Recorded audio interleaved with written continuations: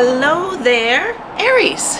You're my last reading of the day because you just had your birthday, so I go through the cycles from the current seasons, Anyway, hi Aries, it's time for your weekly reading, and I am Michele B, and we're looking at the 10th through the 17th for this reading. However, this video is going to be out and about for a while, so if you resonated with the title, if you felt like you needed to watch this video, then that means the messages inside of it are for you. I go really general with my readings. It's like food for thought, something you should consider for the week ahead. If there's something very specific, though, I will mention, like, this is for something specific for certain Aries that need to know this, okay? But otherwise, ooh, you know what? That one needed to come out, and that one, okay? All right, so we're just going to go ahead and get started here.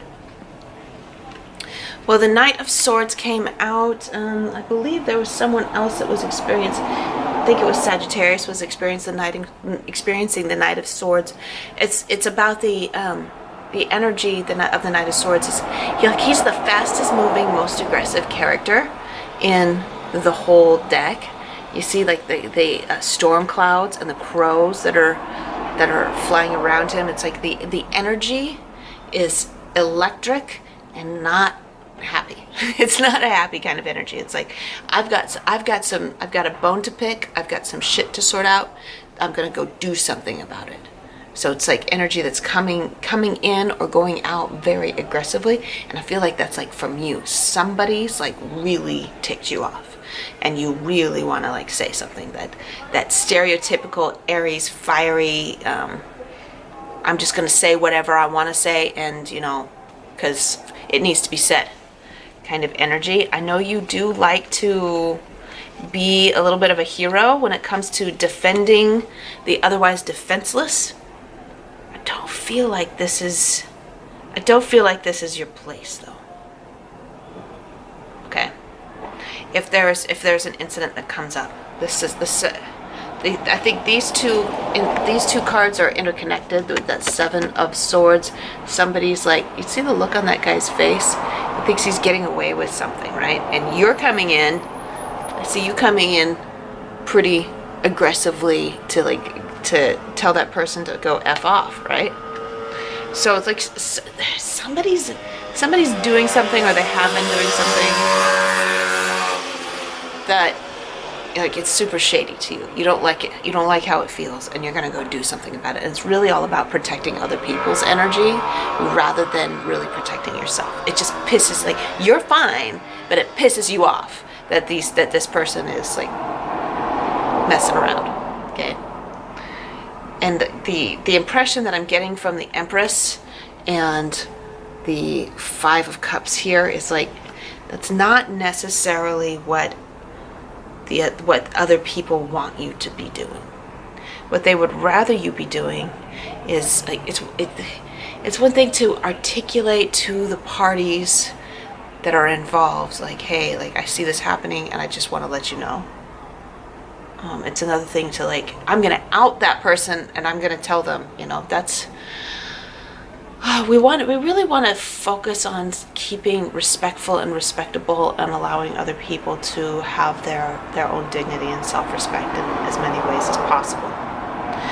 How can you encourage your loved ones to have self-respect without taking over for them? This is a really challenging topic for me to wrap my head around. The situation where you feel like you've got to go protect someone, with, like, they really need to have their own self-respect, their own boundaries, their own dignity. You coming in to save them is preventing them from having the growth opportunities of setting their own boundaries. Like, you're like setting boundaries for them. You're talking on their behalf. I'm pretty sure you know what I'm talking about. So the Empress being here is encouraging you to use your she's the Queen of Queens, right? It's to use your royal power to exemplify healthy boundary making, right? Healthy boundary production.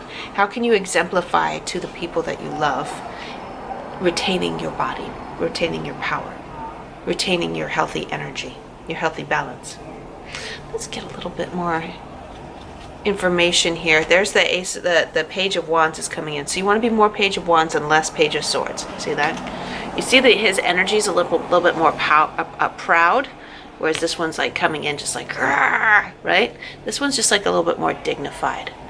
So I feel like it's just about verbally encouraging the people that you care about to stand up for themselves, but for them to do it themselves and just be like, I know that you, oh, I love this. And yeah, there's so much racket tonight. I apologize about that, but you know, the reading must go on. The energies have to be talked about.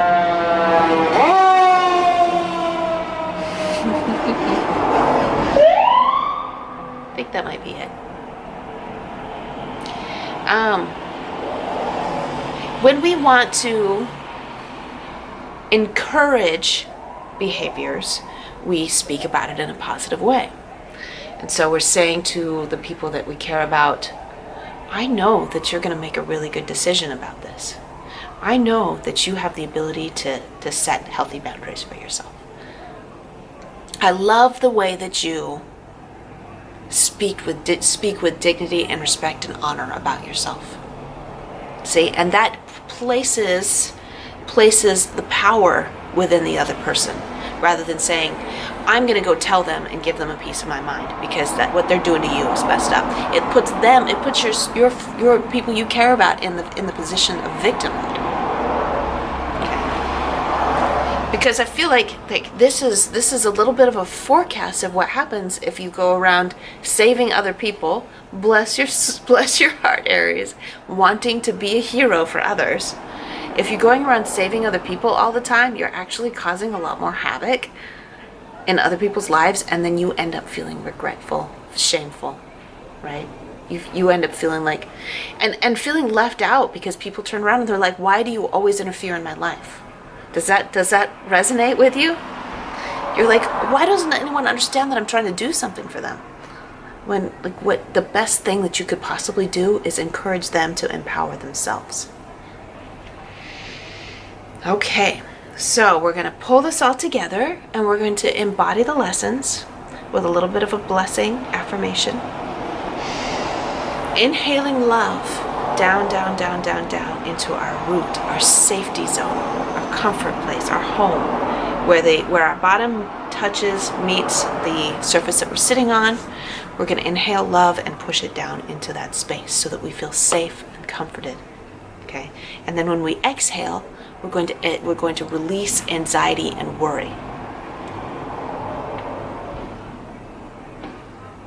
Before we do that, I just want to say that this is an issue from childhood where you wanted probably an attachment issue with your parent, probably your mother, where you thought that you would be loved and you would be loved more if you were a protector. Okay, your mother would love you and be proud of you if you protected her. So I'm just saying.